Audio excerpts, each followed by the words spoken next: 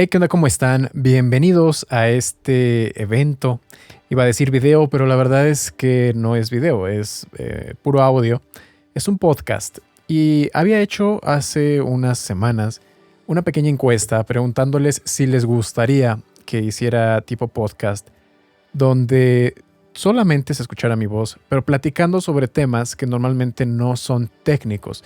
Obviamente, si voy a hacer videos donde necesito explicar algo que es técnico y necesito mostrárselo en la pantalla para que quede mejor entendido, evidentemente es mejor un video.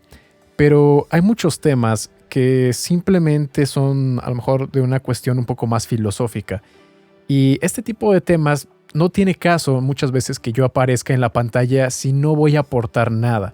Entonces, creo que para ese tipo de temas me gustaría manejar estos videos o estos podcasts donde solamente sea audio. De esta manera tienen la gran ventaja de que si lo están viendo en YouTube pueden poner el video y mientras están haciendo otra cosa, no pueden cambiar de pestaña si lo tienen en la computadora o dejar el video abierto si lo tienen en su celular. O también quiero subir esto a Spotify. De esa manera voy a hacer una lista de reproducción que contenga varios podcasts hablando de temas diversos que no requieren que estés viendo una pantalla, que lo puedes escuchar y que te va a ayudar, ¿no? Para guiarte en diferentes temas de la producción musical, de cómo a lo mejor moldear tu carrera, quitarte algunas, digamos, barreras mentales, cosas por el estilo. Y para este primer episodio me gustaría platicar sobre algo que me preguntan muy seguido. Como saben, todos los jueves hago mis live streams escuchando demos, ¿no? Si tú quieres que escuche tu música todos los jueves en YouTube, te puedes pasar por ahí sin ningún problema. Pero el último jueves de cada mes hago un video especial respondiendo preguntas de lo que sea. No puede ser de FL Studio, de producción musical, de marketing, de cualquier cosa. Y algo muy habitual que me preguntan es, oye, Allbyte, ¿cuál es el mejor programa de producción musical? Y esto es un tema que se me hace importante, sobre todo cuando estás comenzando, porque se tienen muchas ideas erróneas, muchos mitos. No sé, a lo mejor tienes muy pocas referencias y te quedas con esta idea, ¿no? De que necesitas utilizar un cierto programa de producción musical para ser profesional. Y la verdad es que voy a dar mi punto de vista al respecto. Cuando me preguntan cuál es el mejor programa de producción musical, lo que yo siempre respondo, y yo creo que algunos ya lo veían venir, es que depende. Ok, y vamos a poner algún ejemplo primero antes de pasar a la producción musical. Yo te voy a preguntar, pon atención, ¿qué color es mejor? ¿El rojo o el azul? Piénsalo un momento, ¿rojo o azul? Tal vez algunos me van a responder rojo. ¿Por qué? Pues simplemente les gusta el rojo. Y otros me van a preguntar, me van a decir el azul. Pero ¿por qué el azul, no? ¿Por qué el rojo? Una cosa es responder directamente un qué y otra cosa es por qué. Yo te puedo decir que a mí mi color favorito es el azul. Y si me preguntas por qué, entonces ahí es donde ya entramos en el terreno de lo subjetivo. Y lo mismo podría pasar a lo mejor ya no con gustos, que son los colores, sino con otra cosa que ya tendrían que ver con las herramientas. ¿Qué es mejor? ¿Un martillo o un desarmador? Y de nueva cuenta la respuesta va a ser depende, ¿no? ¿Para qué vas a usar la herramienta? No vas a utilizar un martillo, ¿no? Para tratar de darle o girar un tornillo de cruz, ¿no? O de estrella o plano, ¿no? A lo mejor le puedes dar golpes, pero no es para eso para lo que fue diseñado el martillo. O al revés, tú podrías tomar un desarmador, lo agarras de cabeza y lo usas para darle golpe a un clavo. Y podría a lo mejor llegarte a funcionar, pero esa herramienta no fue diseñada para hacer eso. Cada una de las cosas tiene una función, tiene sus ventajas y desventajas y también depende del contexto. Y incluso no hablando de desarmadores, hay muchos tipos de desarmadores, ¿no? Si te pones a decir cuál es el mejor, el plano o el cruz o la estrella, hexagonal, triangular, hay muchísimos. Incluso medidas, ¿no? Solamente para que se den cuenta de lo absurdo que resulta la pregunta de cuál es el mejor do. Aquí, ya teniendo esto un poquito más claro, este panorama, lo que sigue es preguntarnos ahora sí, ¿para qué quiero esta herramienta? ¿Para qué quiero utilizar este Do. ¿Qué es el tipo de música que voy a hacer? ¿Cuáles son las herramientas con las cuales voy a trabajar? ¿A dónde quiero llegar? ¿No? ¿Cuál va a ser la situación más común en la cual te vas a encontrar cuando estés produciendo? Y esto te va a ayudar a decidir y a definir para ti cuál es la mejor herramienta. Yo les puedo decir, incluso al principio del episodio pude haber dicho, ¿sabes qué? El mejor es FL Studio. ¿Y por qué? Bueno, porque para mí eso es lo que a mí me funciona mejor. ¿Por qué? Porque yo hago música electrónica. Porque yo no grabo instrumentos a cada rato, ¿no? Porque con los plugins que tiene FL Studio, tanto sintetizadores como herramientas, para mí con eso es suficiente, ¿ok? Porque las herramientas de FL Studio son muy buenas y a mí me gusta mucho lo que se puede hacer con eso. Aunque a veces le tengas que rebuscar más, yo creo que con eso es suficiente. Ahora, si tú tal vez eres un productor musical, pero no te encargas de estar secuenciando todo, ¿no? Que a lo mejor sí necesitas múltiples entradas de audio y necesitas otras herramientas, ¿no? Para tratar audio y no tanto cosas sintetizadas. Tal vez FL Studio ya no es tu mejor opción. A lo mejor para ti lo que mejor te quedaría podría ser, no sé, Pro Tools, ¿no? O Studio One. Hay muchas otras herramientas. Ahora, es que a lo mejor tú trabajas demasiado con el diseño de sonido y necesitas hacer muchísimas automatizaciones a cada rato y necesitas que sea muy, muy fácil, o a lo mejor eres muy desorganizado, ¿no? Y tú lo único que quieres enfocarte es en el workflow. En ese caso, a lo mejor Ableton es mejor para ti, porque ya tiene como que una estructura más rígida que digamos que te obliga a ser ordenado desde el principio. FL Studio tiene mucha flexibilidad y para la gente que es desordenada, un proyecto se puede convertir en un verdadero desastre si no vas teniendo, ¿no? Las precauciones.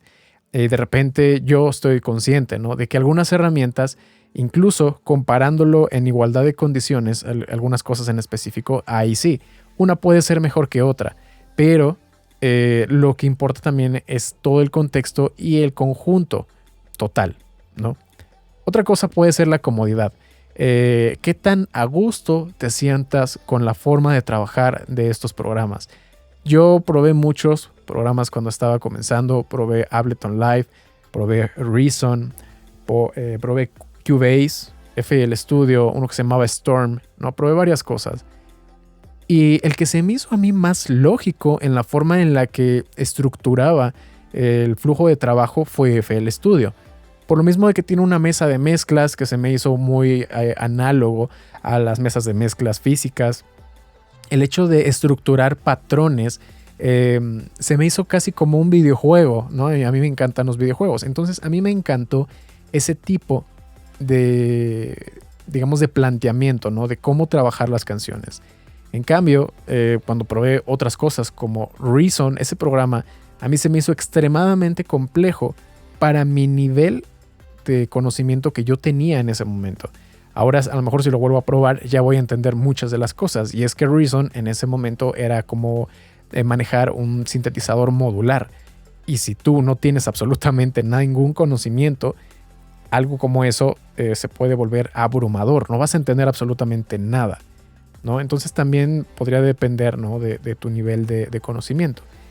Ahora, otra cosa, como decía, es ya el nivel de manejo o comodidad que tienes con un programa. Si tú estás comenzando apenas y no tienes mucho conocimiento sobre los DAW, ahí lo más recomendable es lo que me pasó a mí, que pruebes diferentes programas y el demo, ¿no? Prueba cada programa, no sé, una semana, y luego pasas a otro y lo pruebas una semana. Prueba al menos unos 4 o 5 programas diferentes. Y con el que tú te sientas, eso es muy importante, con el que te sientas más cómodo, con ese quédate. Con ese aprende a conocer todos sus atajos de teclado, todos sus detalles, todos sus secretos. Porque a final de cuentas, la producción musical es un flujo constante en el cual tú tienes que crear algo. Y si resulta que tú quieres utilizar solamente un programa porque viste que alguien más lo utilizaba o porque alguien te lo recomendó y no terminas tú de sentirte cómodo, te vas a frustrar más rápido. Te vas a encontrar muchas veces desperdiciando más tiempo investigando cómo hacer una función que haciendo música en sí. Y bueno, eso es si tú eres principiante. En el caso de que ya tengas más experiencia, algunos podrán decirte, oye, es que X programa es mejor por esta y otra razón. Y puede que sean válidos los argumentos, pero si tú ya tienes tanto dominio sobre el programa que estás utilizando, te sientes cómodo con él, no tiene como que mucho caso tampoco volver a empezar a aprender todo desde cero, un programa nuevo, que a final de cuentas, esto es una realidad, prácticamente cualquier DAW te va a dar resultados profesionales, porque todo depende de las decisiones que tú tomes. Por ahí hay un dicho que dice, no es el indio, no es la flecha, es el indio. No es la herramienta, es quien usa la herramienta. Y esto es otro ejemplo que yo suelo dar.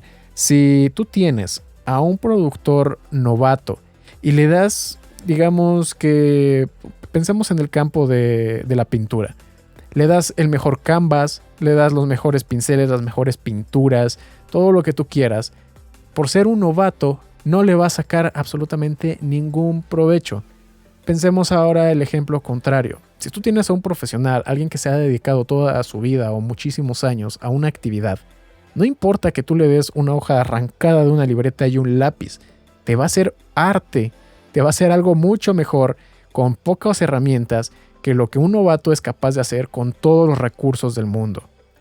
Ahora, el caso ideal sería que efectivamente ese profesional tuviera al alcance las mejores herramientas y ahí sí, ¿no? Te va a hacer verdaderamente magia. Pero desde el punto de vista objetivo, algunos van a decir, es que un programa tiene un mejor motor, esto entre comillas, un mejor motor de audio que otro. Es que este programa suena mejor que otro porque comparé las ondas de sonido o comparé cómo sonaba un proyecto y otro. Y me sonaba mejor X que Y. Eso también es bastante subjetivo porque aunque se traten de hacer esas pruebas, digamos que objetivas, entre comillas, hay muchas cosas que no se toman en cuenta. Tienes que hacerlo con todo el cuidado posible, con toda la dedicación, checando todos los detalles, porque hay cosas que se pasan por alto. Por ejemplo, en FL Studio, cuando tú cargas algo en el channel rack, de forma predeterminada por cómo está programado FL Studio, los samples los está bajando de volumen a un aproximado de un 79% más o menos, ¿no? Eso hablando de samples. No te lo reproduce al 100%. Si tú te vas a otro programa, la mayoría de ellos los reproducen al 100%. Entonces, tú podrías decir, yo cargué el mismo sample en dos programas diferentes y se escucha mejor en aquel que en FL Studio. No es que se escuche mejor, el sample es el mismo. Lo único que está cambiando es el volumen y por un efecto psicoacústico, tú crees que suena mejor únicamente porque el volumen está más alto. Pero si tú los ajustas como debe de ser, con el ajuste preciso de decibeles y comparas, o los exportas incluso teniendo en cuenta que sean los mismos ajustes, dithering, profundidad de audio, sample rate, etc., te vas a dar cuenta que es exactamente lo mismo. No hay ninguna diferencia. Y es que no existe, entre comillas otra vez, esto que la gente llama motor de audio. No hay un motor que te esté generando algo. No es como en los videojuegos, que existe un motor que te genera los gráficos. En el caso del audio, son simplemente instrucciones numéricas. No va a variar absolutamente nada. De hecho, tal vez no lo sabían, pero cuando tú estás exportando algo, ni siquiera necesitas tener una tarjeta de audio. Todo lo está llevando a cabo tu procesador. Son instrucciones matemáticas, entonces tampoco hay ninguna diferencia entre, volvemos a decirlo, entre comillas, motor de audio de un programa u otro. Lo que va a estar importando más al momento de hacer tu mezcla son las decisiones que estás tomando. Cuánto volumen le vas a poner, qué frecuencia estás afectando cuando ecualizas. Ahí sí pueden compararse a lo mejor algunas herramientas más directamente, ¿no? Un ecualizador contra otro, eso sí ya puede ser un poco más válido o tener más sentido. Pero igual, importan todavía mucho más las decisiones que tú tomas y los ajustes que haces que casi siempre que los ajustes de exportar, ¿no? Por ejemplo. Y eso a lo mejor es tema para otro video. Ese sí sería video porque me gustaría demostrárselos. las diferencias que hay entre un MP3 de 64 kilobits por segundo, 128, 320, un WAV de 16 bits, de 24 bits, de 32 bits, ¿no? Este tipo de cosas que a veces nosotros creemos que hace una enorme diferencia y que creemos que un MP3 contra un WAV, la diferencia es abismal. Y spoiler alert, no lo es. Pero si quieren ver la demostración, me gustaría que me lo hicieran saber, que me dejaran los comentarios, que me mandaran un directo, pero sobre todo un like o un comentario me ayuda mucho, ¿no? Porque yo lo puedo ver estadísticamente si efectivamente les está llamando la idea. Y bueno, ya para resumir esto, volvemos a lo mismo. Lo importante no es tanto la herramienta, sino lo que tú puedas hacer con ella. Enfócate en aprender a utilizar bien tus herramientas. Enfócate no solamente en saber cómo funciona la herramienta, sino también en qué contextos deberías de usarla, en qué contextos esa herramienta se va a comportar mejor. Eso es infinitamente más importante que la herramienta que estás utilizando en sí. Y bueno, espero que les haya gustado este primer episodio. No sé qué les parece este formato. Si les gustaría que lo siguiera haciendo en YouTube o en Spotify, háganmelo saber. Porque, pues bueno, como saben, leo todos sus comentarios, aunque me tarde un poquito en responderlos, pero lo leo absolutamente todo. Y pues bueno, eso sería todo. Muchas gracias por haberme acompañado y nos vemos en la próxima.